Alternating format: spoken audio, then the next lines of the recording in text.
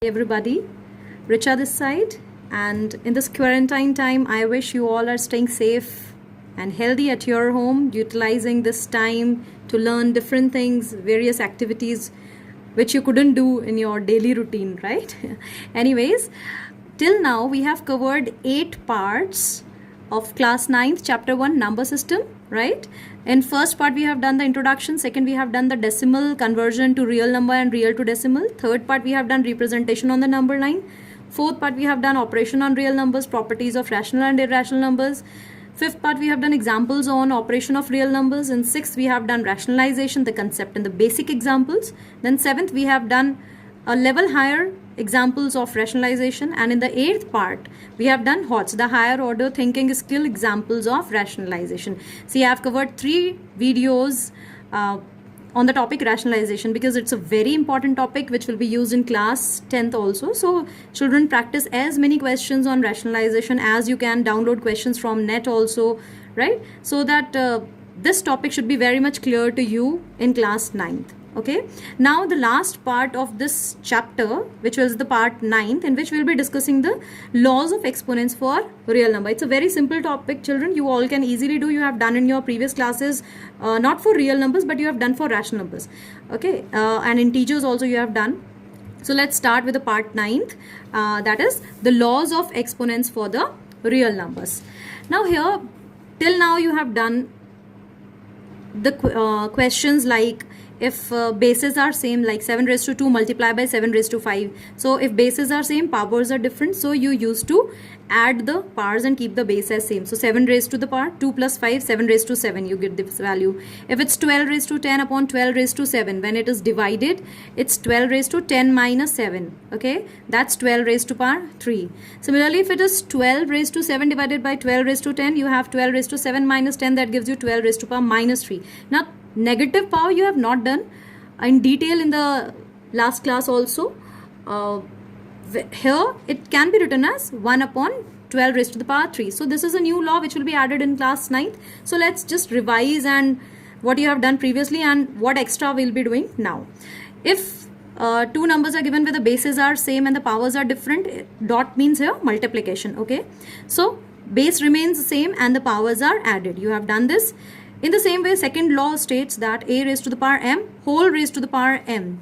So it means a raised to the power m and n are here being multiplied together so as to give you a raised to the power m n. Third law, a raised to the power m divided by a raised to the power n. This means a raised to the power m, n will go in the numerator and will be subtracted. A raised to m minus n. Here the condition is m is greater than n. Okay. Next, a raised to m, b raised to m. When the bases are different and the powers are same and the numbers are being multiplied. So here the bases will be multiplied, power remains same. Till here you have already done in class 8 also. This gives you ab whole raised to the power m. Now the next law which is introduced here is a raised to the power minus m. A raised to minus m is nothing, just you have to reciprocal the base. That means if it is a, it will be 1 upon a and minus m will go in the numerator and will become plus m. Okay, now here a can be a rational number also. For example, we can say if it is a upon b whole raised to the power minus m. So as I told you, you only have to reciprocal the base, that is it will become b upon a and whole raised to the power, the negative power will become positive. So b upon a whole raised to the power m. So whole raised to the power m means b raised to the power m as well as a raised to the power m, right? So this can be written in this form also. Now next is under root a. Now what do you mean by this? How it can be written in an exponential form? Okay, so root a can be written as a raised to the power 1 upon 2. Okay, root a means a square root. A square root means 1 upon 2 in the power. If it is root n, nth root of a, it can be written as a raised to the power 1 upon n. Okay, just take one example. If I say what is cube root of say 5, so it will be written as 5 raised to the power 1 upon 3.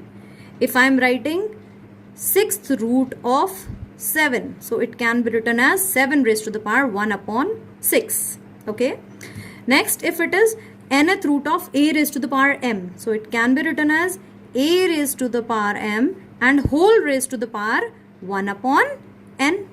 Okay, now using the previous law which we have used here, a raised to m whole raised to n, can we compare this law, second and eighth? Yes.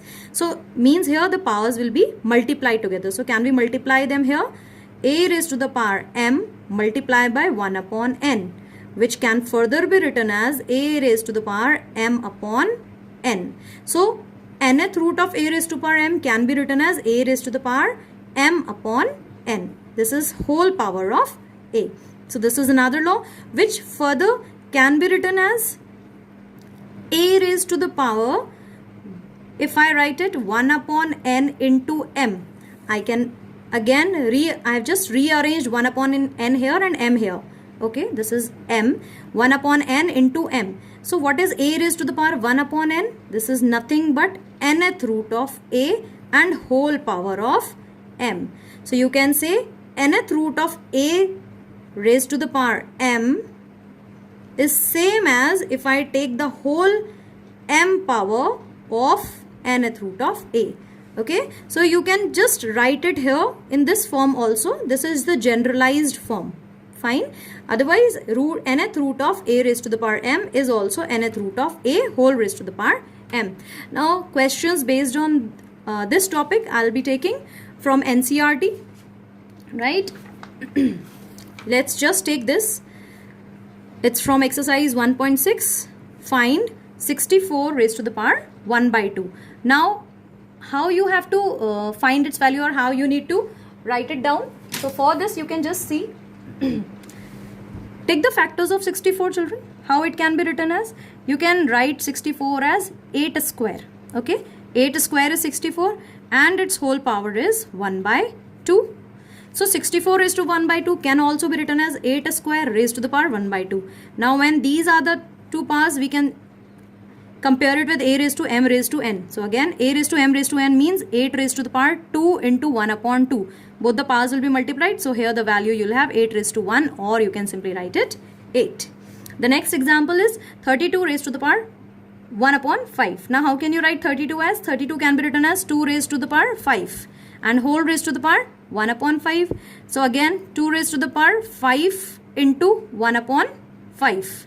This can be written as 2 raised to the power 5 and 5 cancels, 2 raised to 1, that is 2. Based on this, again, now 9 raised to 3 upon 2. First part, 9 raised to the power 3 upon 2. Now how can you write 9 as? It can be written as 3 square and whole raised to the power 3 upon 2. So following the same way, what you have done in the previous question, again, you can simply write it here as 3 raised to the power 2 into 3 upon 2. 2 and 2 cancels. You will have 3 raised to the power 3. Now, directly you can find the value 27, or if it is asked in the exponential form, you can leave the answer here also. It's find, so you need to find the last value after simplification. Second part, it is 32 raised to the power 2 upon 5. 32 can be written as 2 raised to the power 5 and whole raised to the power 2 upon 5. Now, a raised to m whole raised to n. So 2 raised to the power 5 into 2 upon 5. Again 5 and 5 cancels. This gives you 2 raised to the power 2, which further gives you value 4. Okay. Third part, 16 raised to the power 3 upon 4. Now how can you write? Suppose if you don't know how to write this value. So you can take the factors of 16 also. 2 2s are 4, 2s are 8, 2s are 16. And whole raised to the power is 3 upon 4. Now this can be written as 2 raised to the power 4 and whole raised to the power 3 upon 4, which further gives you 2 raised to 4 into 3 upon 4, which gives you 4 and 4 cancels. So 2 raised to the power 3. 2 raised to 3 means 2 2s are 4, 2s are 8 as the answer. Next is 125 raised to the power minus 1 upon 3.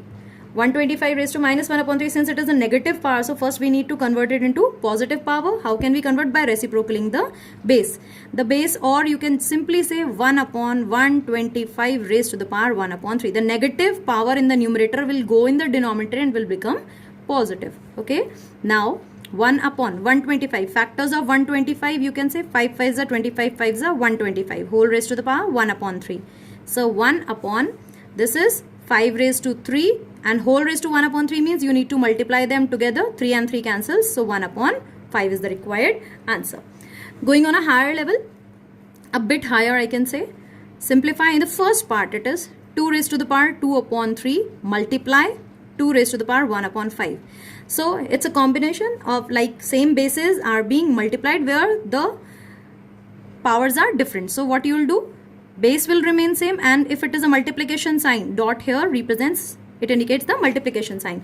So the powers will be added together. So 2 upon 3 plus 1 upon 5. Now how to add two rational numbers, two fractions, you know, by taking their LCM. Okay, so it can be written as 2 raised to the power, if you take the LCM of 3 and 5, it will be 15. 3 5s are and 5 2s are is 10, and 5 3s are, so 3 1s are is 3. This gives you 2 raised to the power 13 upon 15 as the answer. The next one is 1 upon 3 raised to 3 whole raised to 7. This indicates 1 raised to the power 7 and 3 raised to 3 whole raised to 7. This gives you 1 raised to the power 7 is nothing but 1 upon a raised to m raised to n. So this gives you 3 raised to 3 into 7, 21. This is the required answer. Okay. Based on this, you can do different other type of questions. Fine. So you can download the questions from net also and start practicing. Utilize this time. And I hope all the parts, various parts, like 9 parts I have covered in 9 videos for related to chapter 1. They all are clear to you. If not, please see the previous video and then jump to the next video. Okay, it's not like if you'll just see the 7th part, it will be fine. If you'll see into continuation, it will be easy for you to understand various topics. Okay, so here chapter 1 is over. Thank you so much. Please do like, share and subscribe the channel. Share it to as many students as you can so that it will be beneficial for you and for them also. Thank you so much.